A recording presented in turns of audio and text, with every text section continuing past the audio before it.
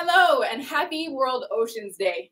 My name is Danny Washington from the Big Blue and You. My name is Sean Russell from the Youth Ocean Conservation Summits. And we are excited to be here live in Washington, D.C. at the some guests coming up. Let's turn that. Okay, cool. There we go. That's much better. So we're coming to you live here in Washington, D.C. at the Ocean Foundation headquarters.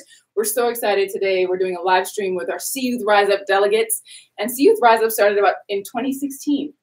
It's crazy. It's been 3 years, and we've been able to use World Ocean Day for the past 3 years to really unite an amazing group of young leaders from across the country to come together and have a platform to share their voice, share their messages, and talk about the issues that they're passionate while highlighting the critical role that young people play in the ocean conservation field. If we look around the world, half of the world's population is under the age of 25, just like all these amazing people back here behind us. And we really felt that it was imperative that young people came together and told their story and highlighted the work that they're doing to save our blue planet. And our delegates just came from a meeting out with the Senate, the Ocean Caucus. I mean, it was an amazing meeting this morning on Capitol Hill. And we've got a lot more to come. Tomorrow is March for the Ocean, the very first in history. So if you're in the DC area or find a sister march in your city, definitely participate tomorrow. Great. Well, we wanted to say a big shout out to our founding organizations for Sea Youth Rise Up, Big Blue and You, the Youth Ocean Conservation Summits, and of course the Ocean Project and World Ocean Day Network. And today we're thrilled to introduce you to our young leaders. Also want to remind you, tell us where you are. Leave a comment on the YouTube Live. Tell us where you're tuning in from. And remember, we'll have some time at the end for you to ask our delegates some questions. So think on those questions, cue those up in the chat box, and we can't wait to hear from you. Yeah, at the very end, we'll make sure and take those questions in. And we also want to make sure and thank our sponsors. Absolutely. Right? So the Ocean Foundation, number one, thank you so much. And we want to say a big thanks to the National Marine Sanctuaries Foundation for making this possible. Definitely. Yeah. So, all right, without any further ado, we want to introduce two of our alumni from the 2016 class of Sea Youth Rise Up, Laura Johnson and Ben May. Come on up, guys. Give them a round of applause. Hi, everyone. We're going to be introducing the delegates for our 2018 Sea Youth Rise Up delegation. So our first delegate is an amazing young woman from Seattle, Washington. Annie Means, do you want to come up and give your speech? Hi, everybody. I'm from Seattle, and I wanted to start off this live stream by having you all reflect on any plastic you used today. So think about your meals and packaging you encountered, as well as everything that you bought. After you thought about that, consider how much of that plastic you immediately threw away right after you used it. That plastic straw, cup, or container quickly became out of sight and out of mind, right? Well, for marine life in the ocean, plastic straws and cups are never out of sight or out of mind. In fact, marine life accidentally swallowed a massive amount of plastic, resulting in the blockage of their system and also a lot of times untimely starvation and death. Why this is a problem is because if enough marine animals are affected by this pollution, we could see a huge imbalance in the marine eco-food chain crashing, meaning less food for marine life and for people. But despite these grim realities, there are a lot of ways humans can take action. For one, go reusable. Instead of taking that plastic straw at the restaurant, opt for a reusable option or even take a paper straw. Paper straws can be composted and are a much better alternative. Apart from that, young people especially have a power to impact conservation because of how interconnected we are. Take this live stream, for example. How many people are on this right now? Upwards of thousands. If you're a young person passionate about ocean conservation, start a club, make a social network, reach out to your government. The options are endless. Right now, young people have the power to make a change. And it's up to us and with our social media skills to do that. Thank you very much.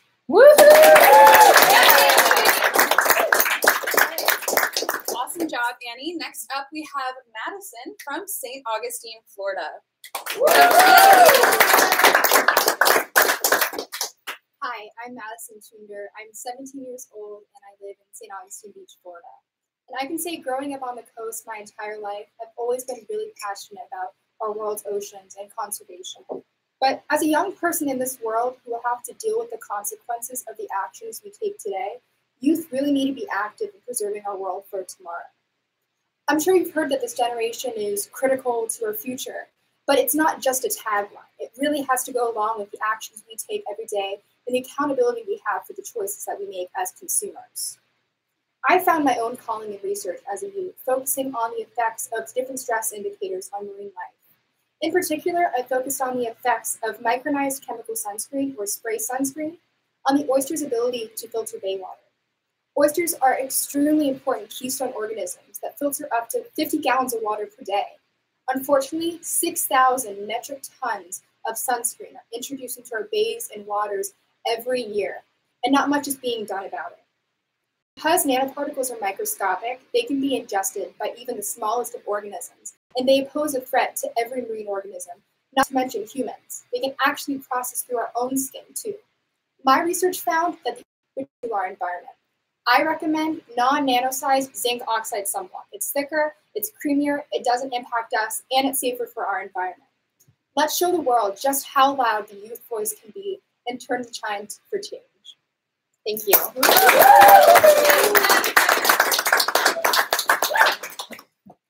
So before we introduce the next delegate, I just want to make the announcement that the Sea Youth Rise Up Live broadcast is officially the 1000th World Oceans Day 2018 event all around the world. Yeah. So our next delegate is Kai Beatty. He's from Long Island, New York, and he's got some really awesome stuff to say. He's been doing some great work, and let's all give him a round of applause.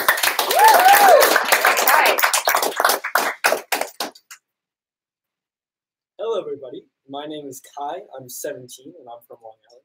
And today I'd like to talk a little bit about how we as individuals can help communicate scientific research to our legislators in order to spur real political change.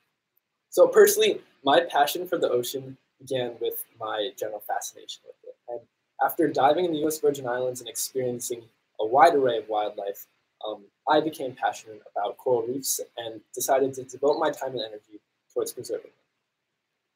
So one of my favorite films, probably of all time, is called Chasing Coral, which tells the story about a group of filmmakers who traveled to the Great Barrier Reef in order to document the worldwide phenomenon known as coral bleaching.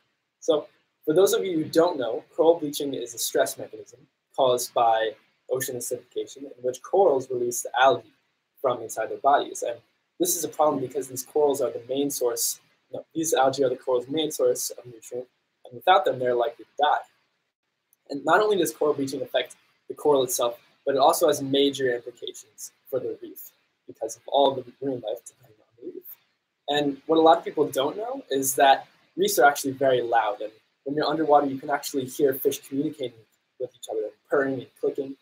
But I recently read an article about a group of researchers who traveled to a reef that was recently affected by coral bleaching. And what they heard was just pure static. So this is a common characteristic of reefs that have been affected by coral bleaching. And if sea temperatures continue to rise, the fate for these ecosystems could be disastrous. So luckily, marine institutions across the globe are conducting groundbreaking research, surveying the extent at which coral bleaching is occurring, and identifying techniques to help these reefs actually recover. So for example, the ARC Center of Excellence for Coral Reef Studies surveyed a number of different locations on the Great Barrier Reef and identified that there was a correlation between the sea rise in temperatures and the bleaching severity. So these are the kind of facts that we have to communicate to our political leaders in order to inspire meaningful change. And if enough of you watching today are able to communicate these ideas to your local legislators, we can inspire meaningful change to protect these fragile ecosystems. So one thing that you could do when you go home is simply start conversation with your family and friends or whoever else it is, or contact your local legislator and advocate for the establishment of marine sanctuaries, which can help these fragile ecosystems recover successfully. Just this morning, we talked about this issue on Capitol Hill with a group of staffers. And these kinds of meetings are the meetings that should be happening in the future if we really want to inspire meaningful change. So thank you.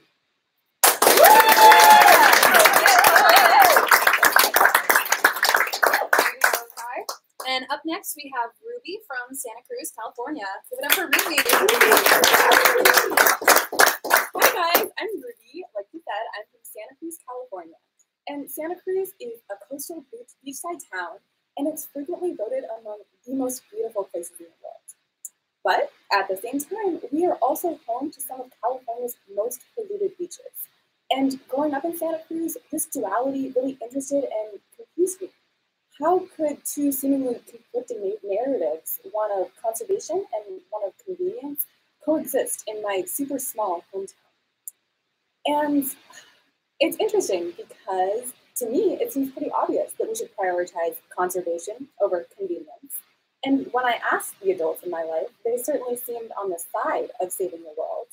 But the things that I saw them do in their daily lives, like use single-use plastic, didn't quite reflect that ideology. And eventually I realized that my grown-up friends were not maliciously trying to kill the sea turtles, but instead they'd fallen victim to what I call the plastic bedtime story.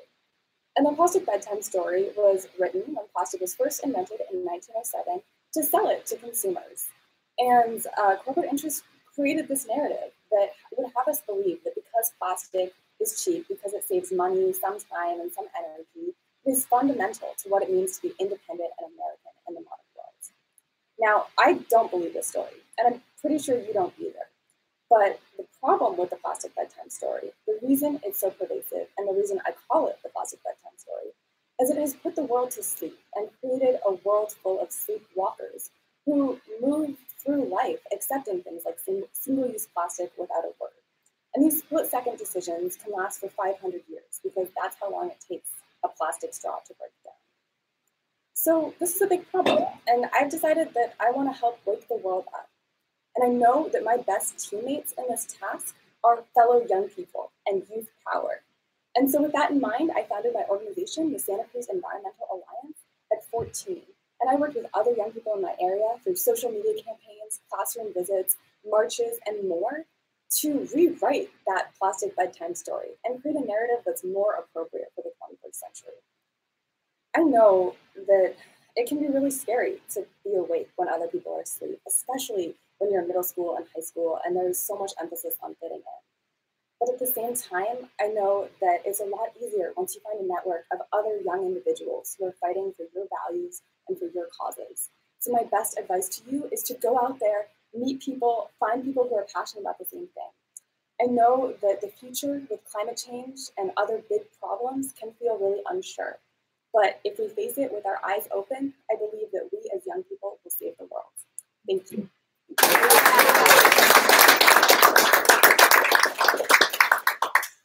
So our next delegate is Jacob from Massachusetts. Hey everyone, I'd just like to give a quick thank you for all of those who are tuning in. As he said, I'm Jacob, I'm from Massachusetts, and I'm 15 years old. And I wanted to take this time to talk about a problem that I think we've all encountered at some point, but not many really know what exactly it is. And it's called eutrophication. So what exactly is eutrophication? Well, it happens when farmers use artificial nutrients to help their plants grow. And what happens is when it rains, it washes all of these nutrients down into rivers, streams, lakes, and even ocean coastlines. Now what happens is algae that are growing in these lakes, they take these nutrients and use them to divide and multiply very rapidly. So if you've ever seen a lake that is just covered in green, that's actually algae, and they've used the nutrients to multiply and divide and cover the entire lake. Now, it may look pretty, but it's really not great for the organisms that are living there because there's so much algae, they take up nutrients and oxygen that organisms like fish would normally use to live. So what we begin to see are dead fish piling up on shores, and it's gross and scary. Speaking of gross, our hair actually contributes to eutrophication. Now, the topic is a little bit gross and a little bit ironic, considering, but yeah. But it does actually play a role. When we get our hair cut, it goes into landfills, and it can build up. And what happens is when it begins to decompose, it releases these nutrients into surrounding bodies of water. And these nutrients are what are causing eutrophication. Now, this problem is easily correctable because all we have to do is be a little bit more cognizant of how we dispose of our hair. And I'd like to highlight one specific way that we can do this. It's called the Clean Wave Project, and it's run by matteroftrust.org. What they do is they take hair of any length, so snippets, ponytails, anything. And they use it to make filters for ocean water. So what they do is when there's an oil spill, they use these hair nets to actually absorb the oil from the ocean. So you're putting your hair towards a good cause and helping to clean up oil spills, which to me is incredible. Now, I'll be honest. Knowing where our hair goes won't solve these ocean problems. They won't stop eutrophication. But it is an example of something that we really have to do if we hope to solve these problems. And that's to think about things that we never would have before. If you asked me a month ago, I would have said I never had thought where my hair goes. But when we start to think about these things, we begin to craft passions and solutions for these problems that we otherwise never would have gotten. Really, it's not about implementing tiny solutions into our lifestyle. It's about getting past the taboo. It's about getting past the grotesque or what we may not want to think about. It's about thinking the unthinkable and having the courage and the passion to act on those thoughts. Thank you.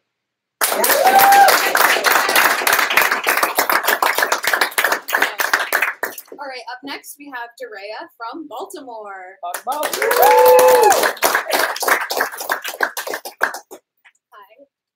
I'm Daria. Imagine 50 billion water bottles wherever you're sitting or standing. That seems impossible, right? So for my final project in college last semester, I created installation art using 50 hand-drawn bottles to represent the 50 billion single-use plastic bottles used by Americans every year. Now, it seemed like forever just to draw, cut, and paste those bottles, but I think it definitely got the point across. We should really stop using them. At the time, my focus was not as much on legislation as it was about consciousness and awareness. Though I don't believe that people deliberately destroy our ecosystems, poison our water supply, and damage our soil, I too believe in the freedoms that all Americans possess. But it would be a tragedy if those freedoms end up destroying us.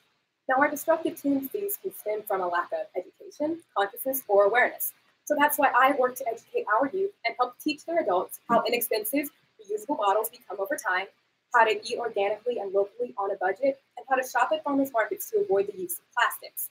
I teach that we are all one, a concept so simple, but it's hard to understand, and it's often ignored. Now, the conversation started and the questions asked by my classmates were way more rewarding than the AI earned. But not everyone can create a statement with installation art. Social media, when used well, can be a great platform for change. Could we create our own campaign, maybe a National No Plastic Day? Imagine the impact and the companies that will take notice when we as a nation begin to vote with our dollars. Now, I like Band-Aids, but for cuts and scrapes, not exactly for problems that need to be solved. Let us fix the causes of this environmental wound. And it seems like reuse, reduce, and recycle just aren't enough. Yet we should continue to use all three until we find better choices and make better choices in our consumption. To end, I know a lot of people may say that voting with your dollar doesn't work, or that there are too many pockets being filled by our consumption, or that if 350 million Americans, for example, boycott single-use plastics, it really won't have any effect on those companies. Well, maybe. But I know that my family, friends, and neighbors, they see me with my reusable bottle. We are all influencers. Let us influence one another to stop the use and production of single-use plastic bottles. By doing so, our oceans are cleaner, sea life is safer, and all life that depends upon our oceans is way healthier. 50 billion bottles is a lot, so let's begin with you. Thank you.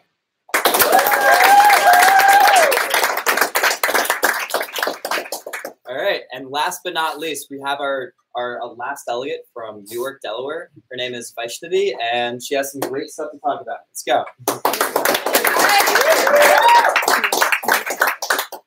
Hi guys, I'm Vaish. I'm 18 years old and I'm from Newark, Delaware. To end our session, I want to leave you with an honest truth. Climate change is undeniably humanity's greatest threat. And that sounds really scary. Flooded coastlines, uncontrollable fires, frequent hurricanes. The scariest part is how apathetic everyone seems to be about it. By complacently excusing our unsustainable lifestyles in the name of convenience and allowing huge corporations to demolish the ecosystem in the name of progress, we are part of the problem. And what's even sadder is that we've been given the most effective tool to fight climate change, our oceans. As you've heard from previous delegates, our oceans play a huge role in protecting us without us even knowing. They cover 71% of the Earth's surface, which is just a lot. So it is our moral responsibility to protect our oceans if we want to fight climate change. They are our most heftiest carbon sinks and our most inclusive biomes. And if we don't start being proactive and taking tangible action to save our oceans, we have no chance of fighting climate change. The UN-endorsed theme of World Oceans Day is #BeatPlasticPollution. And as you've heard from previous delegates, there's so much we can do, specifically as young people, that previous generations have been unable to do to fight plastic pollution. A really hopeful thing about this year's World Ocean Day is that beating plastic pollution is a bipartisan legislative goal. So go to your communities, find out a way to reduce plastic use, whether by straws, bottles, plastic bags, tea bags, anywhere you use plastic. Go to your town and find a way to decrease its use. And prove to the older people who are been jaded into hopelessness that there is still hope. Now, back it up a little bit. Legislation and marching tomorrow is incredibly important. And it's even more important are the smaller actions we make in our daily lives and the choices we make. And here's the thing.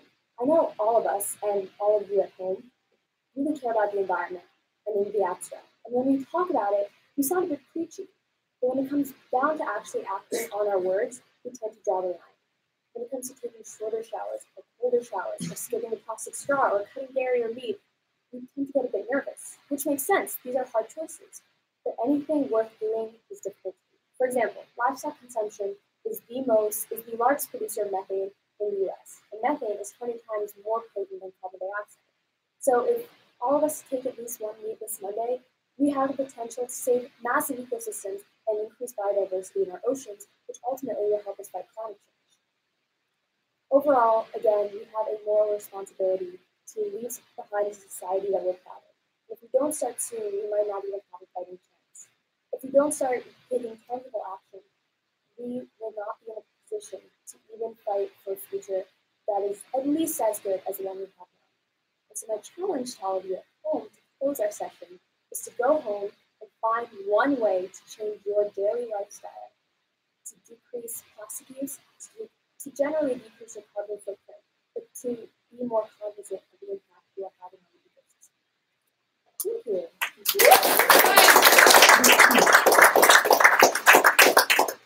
Thank you so much. So that concludes our speaker portion with our 7 delegates. Now we're going to move into question and answer, which is going to be led by Ben and Laura. So if you have questions, please post your questions now on the Hangout area, or if you're joining us on Facebook, post your Facebook questions. We have about 10 minutes for Q&A. And what I'd like to do also is to invite our 7 delegates to come up here and gather around Laura and Ben as we take questions.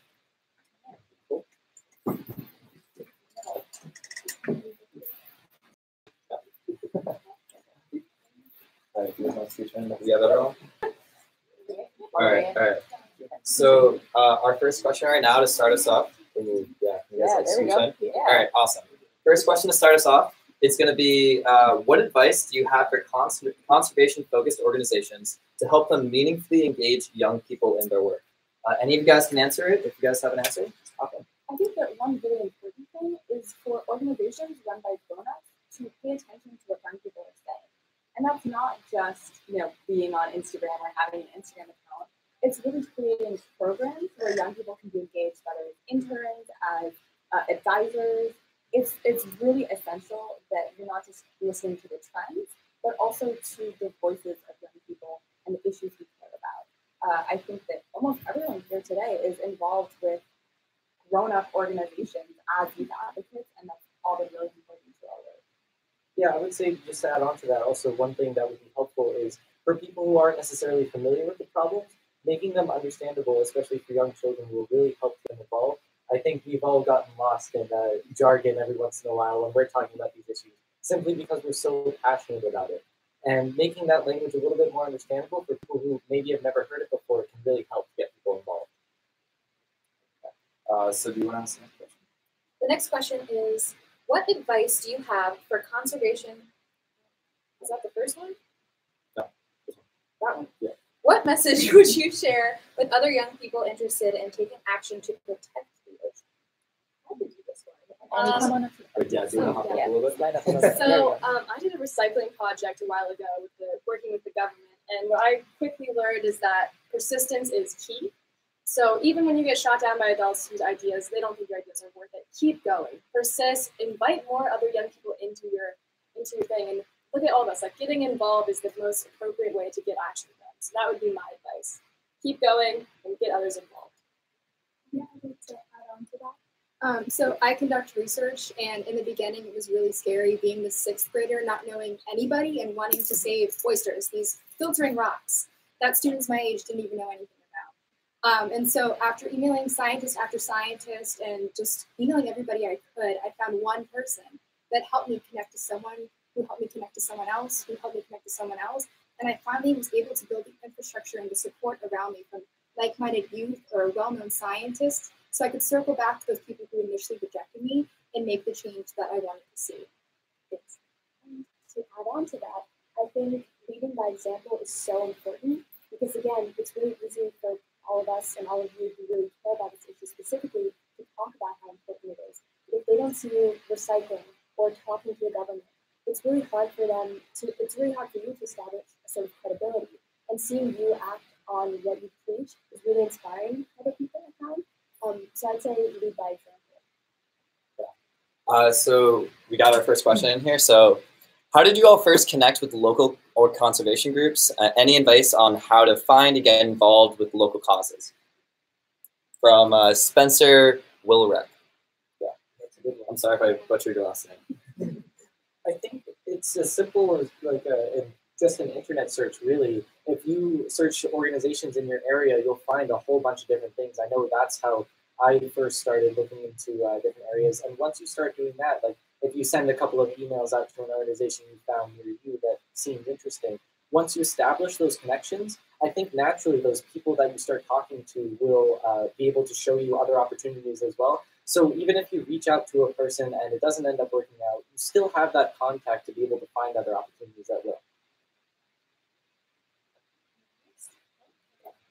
Our next question. Why do you think people don't know about the impacts of microplastics on the aquatic environment, food supply, and their lives in general compared to former Vice President Al Gore's climate crisis by JNMHW? Well, I think for one part, Al Gore's defeat essentially was very controversial and well publicized. So people really cared about what he had to say, especially with the media always talking about how he won the popular vote. And also, having that political background tends to be really engaging, especially type of contention. I think with microplastics, like some of the delegates have spoken about, it's a matter of convenience. People use plastic straws because they're disposable. People use paper towels because they're disposable and convenient, and it's out of sight, out of mind, which is a really harmful mentality to have. But it's about fighting that convenience and showing and publicizing how that convenience isn't worth the risk, just like Al Gore tried to do with all of his efforts, really. All right, awesome. Do we have any other answers that you guys want to get as well? One more question. Okay, awesome.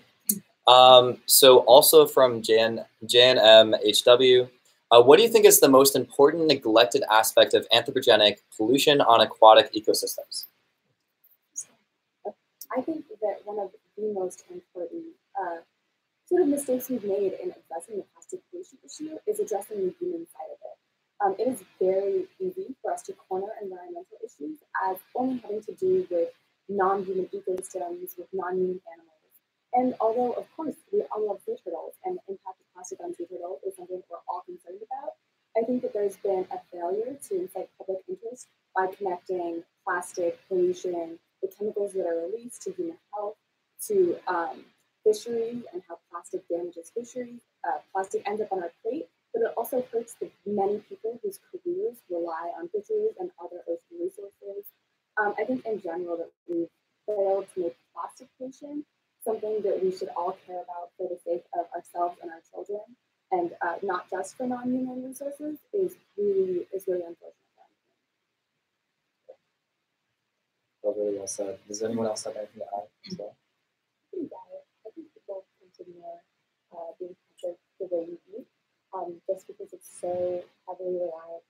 Just because we rely on huge corporations and really monopolistic industries, we've been conditioned to know the consequences of how we live, and it's really hard to overcome centuries-old traditions and cultures, even though they might be necessary. Yeah, we're building around that. Businesses are built around demand. So if you decrease the demand for something, you change the business. So do you want to? Is there another question or we're open here? We have one on here, and then we can do that. Last one. The last question, or this next question, is what unique skills or tools do young people bring to the table in the ocean conservation field? I feel like everybody has something to say about that. Should we all say one? One word, go for it. One word? Oh, Okay. Go ahead. Or sentence. I think we have a lot to lose, and I think that passion for us, it's more, not to be dramatic, but it's more life and death for us, rather compared to the generation older that will not be alive to see the full consequences of the way we're living today. But I also think I think that the fear factor, as negative as it sounds, is really important. I think that young people in the 21st century have unique access to a social network around the world, and that our technology skills, but also just access to this community of young people, really in every country, allows us to tackle problems like plastic pollution and climate change with a totally new skill set, and that is so exciting. Yeah, to build off of that, energy and passion is something that we all have. I know for me, anytime someone mentions sea turtle, I immediately get so excited and want to talk to them about it all the time. And so that recognition and meeting like-minded youth like this empowers us to continue being more energetic and passionate. This really is Generation X, and so we're all excited to see what could happen in the future. Yeah, for me, 100%, it's passion, because we're growing up in an age where these problems are pretty well documented, and we learn a lot about them. So I would say because of that, we develop deeply rooted passions that stick with us. I was also going to say something along the lines of social media. We have really good at technology naturally, and we can really create campaigns easily, buddies or social media pages to really get our voices heard, and we gain a lot of confidence that way as well. So that's really kind of similar to what I said before in my speech, I think that any policymaker is more willing to listen to someone who's young and passionate and really speaking from their heart versus someone who might be older and is already involved in politics. I think it's really refreshing when a policymaker is listening to someone who's young and involved and really passionate about what they're talking about. I would say, apart from social media, I think young people have a unique sense of optimism that a lot of adults lose as they age.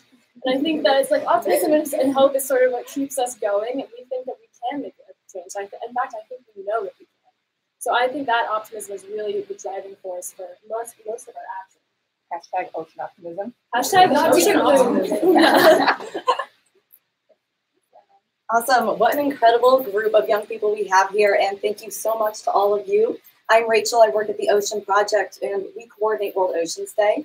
And I just want to thank all of you as well for tuning in today. I hope you've been inspired to participate in some World Oceans Day events coming up today and March for the Ocean tomorrow.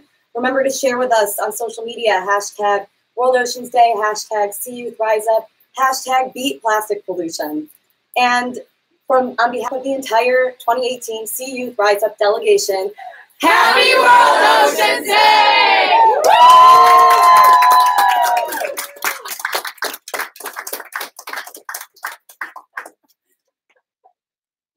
Hey, one more treat. There we go.